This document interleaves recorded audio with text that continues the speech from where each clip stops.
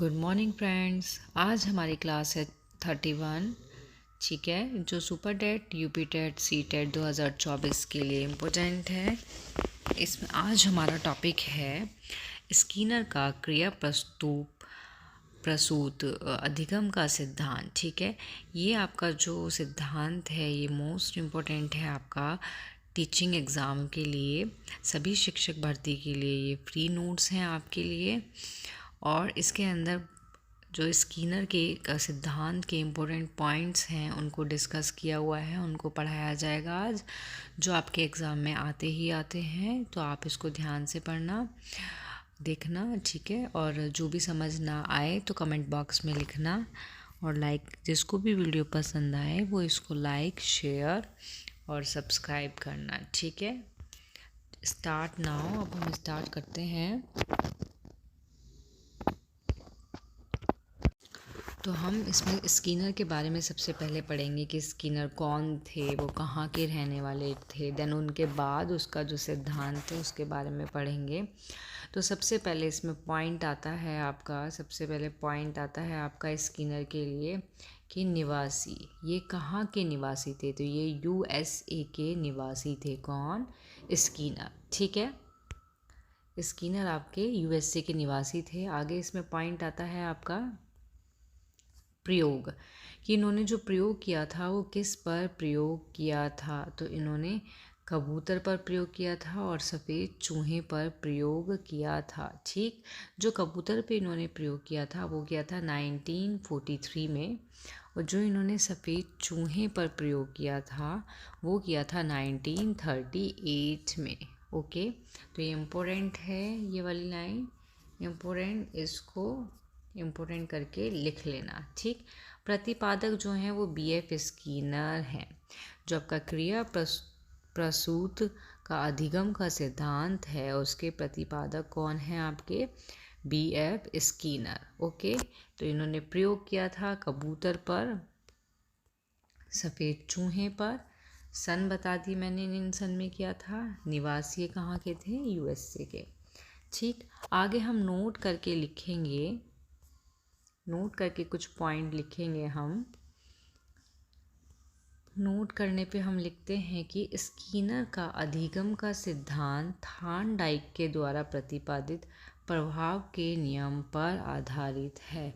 जो आपके स्किनर हैं उनका जो ये सिद्धांत है ये आपके थॉर्नडाइक के द्वारा जो प्रतिपादित प्रभाव का जो नियम है उस पर आधारित है, ठीक है। क्वेश्चन आ सकता है कि स्किनर का अधिगम सिद्धांत थॉर्नडाइक के द्वारा प्रतिपादित कौन से नियम पर आधारित है? तो प्रभाव के नियम पर आधारित है, ठीक।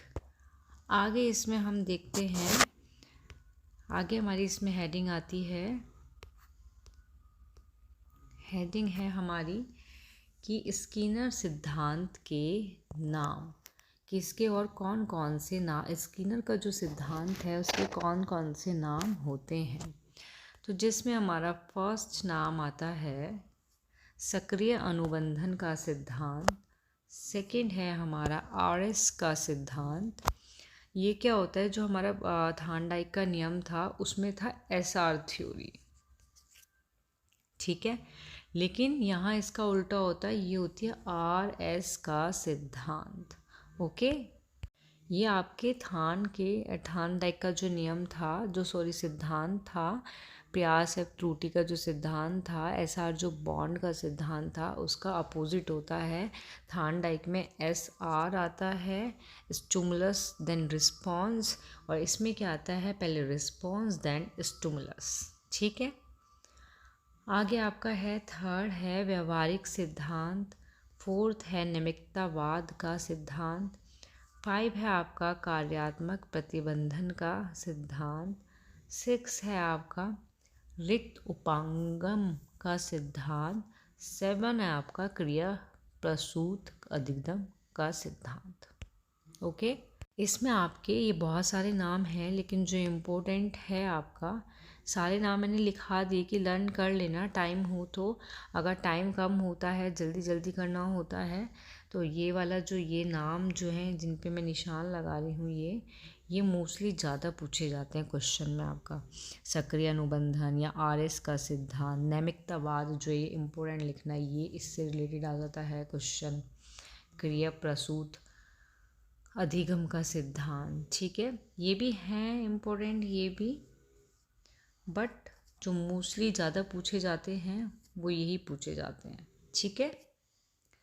तो ये हैं आपके स्कीनर सिद्धांत के नाम, ये सभी नाम पता होने चाहिए। क्वेश्चन आ जाएगा नैमित्तावाद का सिद्धांत का प्रतिपादक कौन है, तो कौन है, बीएफ स्कीनर। क्वेश्चन आ जाएगा आरएस सिद्धांत का प्रतिपादक कौन है, तो बीएफ स्कीनर। तो हमें सारे नाम याद होने चाहिए, किसी भी नाम को देके प्रतिपादक का नाम पूछ लेंगे, ठीक है। आगे हमारा आता है, आगे हमारी हेडिंग है इसमें, नेक्स्ट हेडिंग आती है हमारी, आगे हेडिंग आती है हमारी बीएफ स्किनर का चूहे पर प्रयोग। किनका चूहे पर प्रयोग कैसे था, कैसे इन्होंने एक्सपेरिमेंट किया था, कि स्किनर एक्सपेरिमेंट ऑन रैट, ठीक है।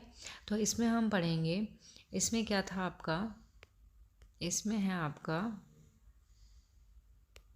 इसमें आता है स्किनर ने अपना पहला परीक्षण 1938 में चूहे पर किया था। ये मैंने बताया था अभी आपको स्टार्टिंग में कि जो इन्होंने चूहे पर परीक्षण किया था, कि कब किया था इन्होंने, 1938 में किया था, और ये इनका पहला परीक्षण था, ठीक है। क्वेश्चन आ जाएगा स्किनर का पहला परीक्षण कौन सा था या किस पे किया था, तो उन्होंने चूहे पर किया था, ठीक है। आगे इसमें आता है उन्होंने चूहे को बंद करने के लिए एक पिंजरा बनवाया, ओके। उस पिंजरे के बनावट कुछ खास प्रकार की थी। आगे इसमें आता है पिंजरे में चूहे को अंदर करने के लिए दरवाज़ा था। इसके अंदर एक स्थान पर एक लीवर फिट था और लीवर को दबाने से भोजन की नली का रास्ता खुल जाता था, जिससे ऊपर रखा हुआ भोजन रास्ते से भोजन की प्लेट पर गिर जाता था। इस पिंजरे को स्किनर बॉक्स के नाम से जाना जाता है। क्वेश्चन आ जाएगा कि जो पिंजरा था उसको कौन से नाम से जाना जाता है, तो स्किनर बॉक्स के नाम से उसको जाना जाता है, ठीक है। आगे आता है इसमें, स्किनर ने इस बॉक्स में एक भूखे चूहे को अंदर कर दिया। उसने देखा कि चूहे ने अंदर जाते ही उछल कूद करना शुरू कर दिया। इस उछल कूद के दौरान एक बार चूहे का पंजा अचानक उस लीवर पर पड़ गया, ठीक है, और भोजन उसकी प्लेट में आ गया। उसने भोजन प्राप्त किया और अपनी भूख मिटाई। इससे उसे बड़ा संतोष मिला। अब उसने जब फिर कुछ खाने की इच्छा हुई तो उसने पुनः उछल कूद करना शुरू किया। इस उछल कूद से लीवर पुनः दब गया और उसने भोजन प्राप्त कर लिया। तो स्किनर ने देखा कि भोजन मिलते ही चूहे की क्रिया को पुनर्बलन मिलता है। स्किनर ने एक चीज़ देखी, इसमें एक चीज़ नोट करी स्किनर ने, कि जैसे ही भोजन मिलने से चूहे की क्रिया को पुनर्मिलन रीफोर्समेंट मिला। उसने इस चूहे पर यह प्रयोग कई बार दोहराया और देखा कि एक स्थिति ऐसी आई, भूखे चूहे ने पिंजरे में पहुंचते ही लीवर दबाकर भोजन प्राप्त कर लिया। तो हम दूसरे शब्दों में कह सकते हैं उसने लीवर दबाकर भोजन प्राप्त करना सीख लिया है। देखो कैसे, जैसे आपका चूहा है, यहाँ पे देखो, ये आपका चूहा है, यहाँ पे एक बटन है लीवर का बटन, ये एक विद्युतीय जाल है ये, ठीक है। यहाँ चूहा बैठा हुआ है, ये प्रकाश है, लाइट की रोशनी है, यहाँ स्वीपर है और यहाँ आपका भोजन है। तो इसमें क्या होता है, तब स्किनर इस बॉक्स के अंदर चूहे को छोड़ता है, ये उछल कूद करता है, तो लीवर पर इसका के पैर पड़ता है, जिससे क्या है, भोजन ऊपर से नीचे इसकी प्लेट में गिर जाता है और ये उस भोजन को प्राप्त कर लेता है। यही क्रिया उसने तब बार बार दोहराई। तो एक बार लास्ट में उसने देखा कि चूहा जैसे ही अंदर जाता है, जाते ही लीवर पे बटन दबाता है और खाना प्लेट में आ जाता है। तो उसको संतोष प्राप्त होता है बहुत। ठीक है। और इससे क्या होता है कि ये सब क्रिया करने से चूहे को क्या मिलता है? पुनर्बलन मिलता है। ठीक है। तो ये आपका क्या था? स्किनर ने इन पर प्रयोग किया था। आगे हम नोट करके कुछ बातें लिखेंगे इसी प्रयोग से रिलेटेड, इसी सिद्धांत से रिलेटेड। तो नोट करके लिखना आप। स्किनर का मत है कि अनुक्रिया के लिए सदैव उद्दीपन का होना अनिवार्य नहीं है। तो स्किनर इस प्रयोग के माध्यम से बोलते हैं कि अनुक्रिया के लिए मतलब रिस्पॉन्स के लिए उद्दीपन मतलब स्टिमुलस का होना अनिवार्य नहीं है। ठीक है। सेकेंड पॉइंट में बोलते हैं, स्किनर ने अपने आधार पर बताया है कि प्राणी सीखते समय दो प्रकार के व्यवहार करता है। कि तब प्राणी कोई चीज़ सीखता है तो वो दो तरीके के व्यवहार करता है। अब कौन कौन से करता है? देखो कौन कौन से करता है। फर्स्ट करता है, प्रथम प्रकार के व्यवहार में उद्दीपन जो आपका स्टिमुलस होता है की जानकारी होती है। प्रथम प्रकार का जो व्यवहार होता है उसमें किस चीज़ की जानकारी होती है? उद्दीपक की। ठीक है। इसे अनुक्रियात्मक व्यवहार और ज्ञान उद्दीपक के प्रति होने वाली अनुक्रिया प्रकाशित अनुक्रिया कहलाती है। ठीक है। तो इसे क्या कहते हैं? अनुक्रियात्मक व्यवहार और ज्ञात उद्दीपक के प्रति अनुक्रिया, जो भी है अनुक्रिया के प्रति जो व्यवहार कर रहा है, और जो भी ज्ञात उद्दीपक के प्रति होने वाली जो जितनी भी क्रिया होती है उसको हम क्या बोलते हैं? प्रकाशित अनुक्रिया कहते हैं। ठीक है। अब इसमें सेकेंड पॉइंट आता है, दूसरे प्रकार के व्यवहार में क्या होता है कि उद्दीपक की जानकारी नहीं होती है। पहले वाले में क्या था? उद्दीपक की जानकारी पहले वाले में क्या था आपका? देखो, पहले वाले में था कि उद्दीपक की जानकारी होती है, लेकिन सेकेंड वाले में देखा उन्होंने उद्दीपक की जानकारी नहीं होती। इसे क्रिया प्रसूत व्यवहार और अज्ञात उद्दीपक के प्रतिक्रिया होने वाली अनुक्रिया को उत्सर्जित अनुक्रिया या निर्गम अनुक्रिया कहते हैं। ठीक है। फर्स्ट वाले में था तुम्हारा उद्दीपक की जानकारी हो रही थी, और सेकंड वाले में क्या है आपकी? उद्दीपक की जानकारी नहीं होती। ठीक। तो इसमें जो क्या, इसमें ज्ञात उद्दीपक के प्रति होने वाली अनुक्रिया होती है और इसमें अज्ञात उद्दीपक के प्रति होने वाली अनुक्रिया होती है। पहले वाले में क्या होता था? उसको प्रकाशित अनुक्रिया कहलाती थी, और ये आपकी निर्गित या उत्सर्जित क्रिया कहलाती है। ठीक है। आगे इसमें कहते हैं आपके जो स्किनर हैं वो बोलते हैं कि इनका कहना है कि रिस्पॉन्स महत्वपूर्ण है, स्टिमुलस बाद में होता है। इन्होंने बोला है कि जो आपका रिस्पॉन्स है, आपकी जो अनुक्रिया है वो इम्पोर्टेंट है, लेकिन स्टिमुलस जो है वो बाद में होता है। ठीक है। आगे है आपका सक्रिय अनुबंधन में पुनर्बलन का अत्यधिक महत्व है। जो आपका ये क्रिया प्रसूत का सिद्धांत है, इसमें पुनर्बलन जो होता है वो अत्यंत महत्वपूर्ण होता है। तो हमें पता होना चाहिए कि जो हमारा पुनर्बलन है ये क्या होता है। ठीक। अब हम पुनर्बलन के बारे में पढ़ेंगे इसमें कि क्या होता है वो। तो पुनर्बलन क्या होता है? सक्रिय अनुबंधन में कोई भी घटना अथवा उद्दीपक जो किसी प्रकार की अनुक्रिया उत्पन्न करता है उसे पुनर्बलन कहते हैं। ठीक। सक्रिय अनुबंधन में कोई भी घटना मतलब जो आपका सक्रिय अनुबंधन होता है, ये सिद्धांत क्रिया है, इसमें कोई भी घटना हो या उद्दीपक जो किसी प्रकार की अनुक्रिया उत्पन्न करता है, कि ऐसा उद्दीपन जो आपकी किसी भी प्रकार की अनुक्रिया को क्या करे? उत्पन्न करे, वो पुनर्बलन कहलाता है आपका। ठीक। अब आगे इसमें देखते हैं आगे क्या बोलते हैं स्किनर। नहीं, पुनर्बलन जो है वो तो आपका क्लार्क ने दिया था, ठीक है, तो इसमें क्लार्क बोलते हैं। आगे देखते हैं क्या बोलते हैं, बताऊंगी मैं, आगे देखते हैं। आगे इसमें आता है जब किसी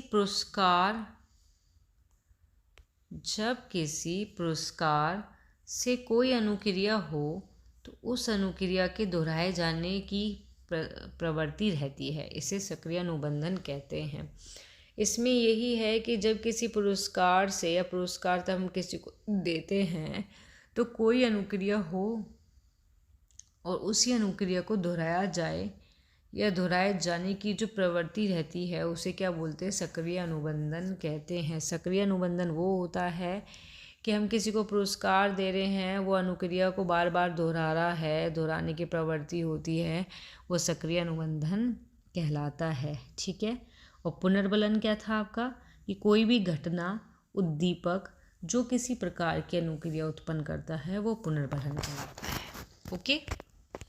अब आपका जो पुनर्बलन है ये कितने टाइप्स का होता है, तो ये आपका 2 टाइप्स का होता है, 2 प्रकार का होता है। ठीक है, जिसमें हमारा फर्स्ट प्रकार आता है धनात्मक पुनर्बलन। जैसे यह हमारी आवश्यकता की पूर्ति करता है। जो आपका धनात्मक पुनर्बलन होता है ये क्या करता है, हमारी आवश्यकता की क्या करता है, पूर्ति करता है, जैसे भोजन या फिर नौकरी। धनात्मक पुनर्बलन से आपका तात्पर्य है कि जिस चीज़ को हम दोहराते हैं या बार बार करते हैं वो हमारी आवश्यकता की पूर्ति कर रहा है तो हम उसको बार बार ही तो दोहराएंगे। भोजन है, अब हम फर्स्ट प्रायोरिटी तो हमारी यही तो होती है कि हम भोजन को क्या करते हैं, खाते हैं ना, तब हमें भूख लगती है तो हम उसको खाते हैं, तो हम ये क्रिया बार बार दोहराते हैं ना भूख लगने पर। ऐसे थोड़ी ना भूख लग रही है तो हम कुछ नहीं खाएंगे, नहीं खाएंगे ना। तो ये हमारी आवश्यकता को क्या करता है, उसकी पूर्ति करता है। इसका अब सेकंड जो आता है, सेकंड है हमारा ऋणात्मक पुनर्बलन। अब ये क्या होता है आपका, ऋणात्मक पुनर्बलन में क्या होता है, देखो, किसी अप्रिय उत्तेजना को हटाकर किसी व्यवहार को दोहराने की संभावना बढ़ाई जाती है। यह पुनर्बलन सजा से अलग होता है। उदाहरण, दंड देना, मना करना या डांटना। फॉर एग्ज़ाम्पल आपका कि जैसे घर पे क्या होता है, कोई बच्चा होता है, कोई बच्चा कोई गलत काम करता है, गलत काम लाइक कुछ भी सामान उठा लेगा या कहीं पे खिड़की पे विंडो पे चढ़ जाएगा या कहीं पे भी कुछ ऐसी हरकत करेगा जो नहीं करनी चाहिए। तो उनकी मम्मा क्या बोलती है, उनको बोलती है कि नहीं बेटा ऐसे नहीं करो, ऐसे करोगे तो मैं आपकी मम्मा नहीं बनूंगी, ऐसे बोलती है ना। इस तरीके से बहुत सारी माताएं जो होती हैं, जो मम्मा होती हैं बच्चों की, तो वो सिर्फ इसलिए बोलती हैं, सिर्फ उनका मोटिव ये होता है कि बच्चा यहाँ स्टॉप हो जाए और इस क्रिया को दोबारा वो ना करे। मीन्स अगर वो विंडो पे चढ़ रहा है तो ये है कि विंडो पे चढ़ने से वो गिर जाएगा, सिर्फ उसको वो क्रिया करने से रोकना कि आप वहाँ मत चढ़ो, उस क्रिया को ना दोहराओ आप। तो उसके लिए उसको दंड दिया जाता है या मना करा जाता है या फिर उसको डांटा जाता है कि नहीं ये नहीं करना। मारना, पीटना, ये भय, डराना, ये सब नहीं होता ऋणात्मक पुनर्बलन में। इसमें होता है दंड देना, मना करना या डांटना, सिर्फ इसलिए कि बच्चे को वो एक्टिविटी करने से रोके। क्यों? क्योंकि वो नेगेटिव है, उसका इफ़ेक्ट अच्छा नहीं है। सिर्फ ये मोटिव होता है ऋणात्मक पुनर्बलन का। ओके, तो इसमें लिखा भी हुआ है यही चीज़, इसमें लिखी भी है कि किसी अप्रिय उत्तेजना को हटाकर किसी व्यवहार को दोहराने की संभावना बढ़ाई जा सकती है कि ये काम नहीं करना है आपको, यहाँ इस काम से हट जाओ, रुक जाओ, हमें दूसरी एक्टिविटी करनी है। ठीक है, तो व्यवहार को दोहराने की संभावना बढ़ाई जा सकती है। और इसमें सजा से अलग होता है, इसलिए नहीं कि बच्चों को सजा दो, उसकी पिटाई करना, ये वो वगैरह वगैरह नहीं है। डांट दो, मना कर दो, बस उसको स्टॉप करना है वो काम करने से। ठीक, ये थे आपके 2 पुनर्बलन के प्रकार, धनात्मक और ऋणात्मक। ओके, अब आपका नेक्स्ट इसमें आता है नोट करके लिखना। नोट करके लिखोगे आप पुनर्बलन का दूसरा नाम, रुको एक सेकेंड,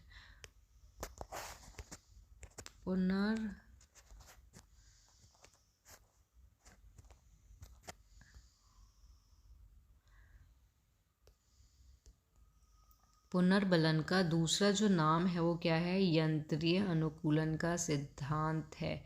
ये इम्पोर्टेंट है, नोट करके स्टार लगा के कर लेना कि पुनर्बलन का दूसरा नाम भी आ सकता है कि इसका दूसरा नाम क्या है, तो यंत्रीय अनुकूलन का सिद्धांत, ये इसका दूसरा नाम है। ठीक है, और इसका ये जो सिद्धांत दिया था, पुनर्बलन का जो सिद्धांत दिया था, वो किसने दिया था? क्लार्क एल हल ने दिया था।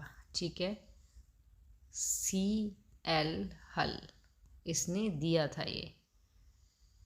ओके, तो ये इम्पोर्टेंट है आपका, ये आपका इम्पोर्टेंट है। ठीक है, पुनर्बलन का सिद्धांत किसने दिया? क्लार्क एल हल ने दिया था। इसका दूसरा नाम क्या है? यंत्रीय अनुकूलन सिद्धांत है। ठीक, बता दें, अब आपको पता लग गया पुनर्बलन क्या होता है, इसके टाइप्स 2, और ये किसने दिया था। ठीक, अब आगे हम इसमें हेडिंग है हमारी, नेक्स्ट हेडिंग है हमारी क्रिया, नेक्स्ट हेडिंग आती है क्रिया प्रसूत का शैक्षिक महत्व। इसका शैक्षिक महत्व क्या है? ओके, इसमें हमारा फर्स्ट पॉइंट है, फर्स्ट पॉइंट आता है हमारा, इस सिद्धांत द्वारा सीखने में अधिगम स्थायी होता है।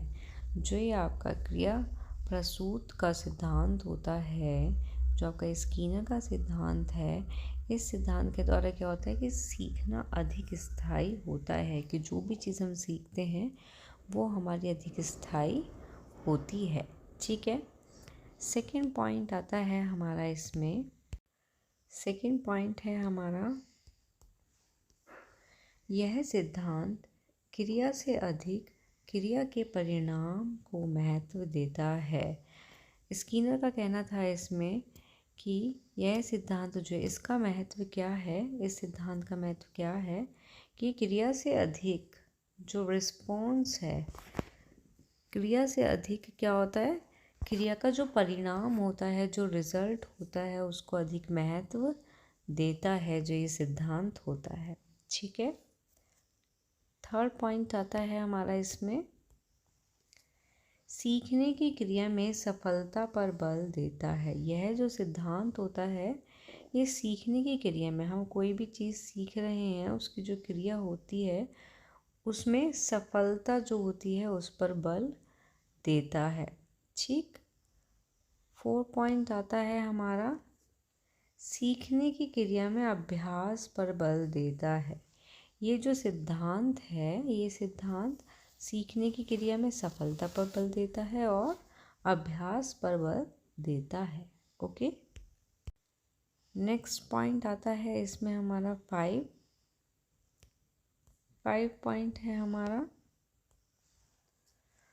मंद बुद्धि के बच्चों को भी सिखाया जा सकता है। इस सिद्धांत के माध्यम से, ये जो सिद्धांत है आपका स्किनर प्रस्तुत का सिद्धांत जो है, इसके माध्यम से हम मंद बुद्धि के जो बच्चे होते हैं, जो कम बुद्धि वाले बच्चे होते हैं, उनको भी हम सिखा सकते हैं, उन बच्चों को भी सिखाया जा सकता है। ठीक है, नेक्स्ट आता है हमारा 6 पॉइंट आता है, समस्यात्मक बालक के व्यवहार में वांछित परिवर्तन के लिए इस सिद्धांत का प्रयोग किया जाता है। तो इस सिद्धांत का प्रयोग किस में किया जाता है? जो समस्यात्मक बालक होते हैं उनके व्यवहार में वांछित परिवर्तन लाने के लिए भी इस सिद्धांत का प्रयोग किया जाता है। ठीक है, नेक्स्ट आता है हमारा 7 पॉइंट। 7 पॉइंट में है, पुनर्बलन पर अधिक महत्व देता है। ये जो आपका सिद्धांत है, ये किस पर अधिक महत्व देता है? पुनर्बलन पर महत्व देता है। ठीक है, तो क्या है ये सिद्धांत? पुनर्बलन पर बल देता है। क्वेश्चन ये भी आ जाता है, पुनर्बलन की बात जो है वो कौन से सिद्धांत में की गई थी? सबसे ज़्यादा महत्व जो है पुनर्बलन पर कौन से सिद्धांत में दिया गया था? तो ये था आपका स्किनर का प्रसूत या नैमित्तिकवाद का सिद्धांत। ठीक है, इसको इम्पोर्टेंट करके लिखना। पुनर्बलन की जहाँ बात आए तो वो किसने दिया था, वो किसके सिद्धांत में हुआ था? वो आपका स्किनर के में, ठीक है। और पुनर्बलन का सिद्धांत के प्रतिपादक कौन थे? क्लार्क, ठीक है, क्लार्क एल हल, ओके, ये इसके प्रतिपादक थे। नेक्स्ट पॉइंट आता है हमारा 8, यह है उद्दीपक, मतलब उद्दीपक को हम क्या बोलते हैं? स्टिमुलस के स्थान पर मोटिवेशन को आवश्यक मानता है। इस सिद्धांत में के माध्यम से क्या था कि जो उद्दीपक है, जो हमारा स्टिमुलस है, उसके स्थान पर जो मोटिवेशन है, जो प्रेरणा है, उसको आवश्यक माना गया है। इसीलिए पढ़ने लिखने वाले बालक को अभिप्रेरित करने के लिए इसका प्रयोग किया जाता है। तो इस सिद्धांत का प्रयोग कब किया जाता है? जो पढ़ने लिखने वाले बालक होते हैं उनको अभिप्रेरित करने के लिए इस सिद्धांत का प्रयोग या उपयोग किया जाता है, ठीक है। आगे इसमें हमारा है 9 पॉइंट आता है हमारा। 9 पॉइंट में है बालक के शब्द भंडार में वृद्धि करना। इस सिद्धांत के माध्यम से क्या होता है कि जो बालक के शब्द भंडार होते हैं, जो शब्द होते हैं, उनमें हम वृद्धि कर सकते हैं, ओके। आगे हमारा आता है इसमें 10 पॉइंट आता है। इस सिद्धांत में सीखी जाने वाली क्रिया को छोटे छोटे पदों में विभाजित किया जाता है। शिक्षा में इस विधि का प्रयोग करके सीखने में गति व सफलता दोनों मिलती है। इस सिद्धांत के माध्यम से क्या होता है? सीखे जाने वाली क्रिया, जो भी हम क्रिया सीख रहे हैं, जो भी हम क्रिया सीखने वाले हैं, उसको क्या करते हैं? इसमें छोटे छोटे पदों में क्या कर देते हैं? विभाजित कर देते हैं, ठीक है। और शिक्षा में इस विधि का प्रयोग करके फिर हम क्या करते हैं? जो हमारी शिक्षा होती है, एजुकेशन होती है, उसमें इस विधि का प्रयोग करके हम सीखने की गति और सफलता दोनों मिलती हैं। अगर हम इस तरीके से हम छोटे छोटे पदों में विभाजित कर लेंगे अगर क्रिया को, और इस विधि का प्रयोग तब हम करेंगे, तो हमें सीखने में गति भी मिलती है और सीखने में हमें सफलता भी मिलती है। दोनों चीज़ मिलती हैं, सीखने में गति भी और सफलता भी, ठीक है। तो यहाँ आपकी वीडियो होती है समाप्त। यहाँ ये आपका जो टॉपिक है ये समाप्त होता है स्किनर का, ठीक है। नैमित्तिकवाद का जो सिद्धांत है, इसमें जो इम्पोर्टेंट पॉइंट्स थे वो मैंने आपको बता दिए हैं, ओके। तो इसमें यही है, इनका प्रतिपादक जो है कब हुआ था, प्रतिपादन कब हुआ था, इन्होंने किस पर प्रयोग किया था, पुनर्बलन की बात कौन से सिद्धांत में की गई थी, उसके सिद्धांत के प्रतिपादक कौन हैं पुनर्बलन के। तो इस तरीके के क्वेश्चन आपके एग्ज़ाम में आते हैं, ठीक। और इसमें इम्पोर्टेंट वही था कि आर एस बॉन्ड, ठीक है, स्किनर वाले में। और जो थार्नडाइक वाला था उसमें था SR, ठीक है। एक दूसरे के अपोजिट है, याद रखना, कंफ्यूज मत होना। इसमें कभी पूछे स्किनर का और आप लगा के आ जाओ SR, गलत। आपको RS लगाना है, रिस्पॉन्स, देन उसके बाद स्टिमुलस, ओके। तो हम मिलते हैं फिर नेक्स्ट वीडियो में आपसे दूसरे न्यू टॉपिक के साथ। उसमें भी हम सिद्धांत के बारे में बात करेंगे, जो आपका मोस्ट इम्पोर्टेंट रहेगा टीचिंग एग्ज़ाम के लिए। जो आपका CTET आ रहा है अब 14 दिसंबर का, उसमें भी इम्पोर्टेंट पॉइंट है आपके, इम्पोर्टेंट टॉपिक है आपका, ठीक है। तो आप कोई भी क्लास जो है उसको मिस मत करना, क्योंकि सारे टॉपिक जितने भी हैं वो इम्पोर्टेंट हैं आपके एग्ज़ाम के लिए, ओके। तो जिसको भी वीडियो पसंद आए वो वीडियो को लाइक, शेयर, सब्सक्राइब करना। और ये जो वीडियो है, ये इसमें जितने भी नोट्स हैं सब आपके लिए फ्री हैं बिल्कुल। और ऑल टीचर एग्ज़ाम के लिए नोट्स इम्पोर्टेंट हैं आपके। ये टॉपिक है, इससे रिलेटेड आपने क्वेश्चन देखे भी होंगे CTET, UPTET, सुपर टेट या फिर ऑल एग्ज़ाम में, RTET, STET जितने भी हैं। तो इससे रिलेटेड जो है आपके क्वेश्चंस आते ही हैं। ठीक है, तो हम मिलते हैं अब आपसे नेक्स्ट वीडियो में न्यू टॉपिक के साथ, न्यू सिद्धांत के साथ। Okay, thank you.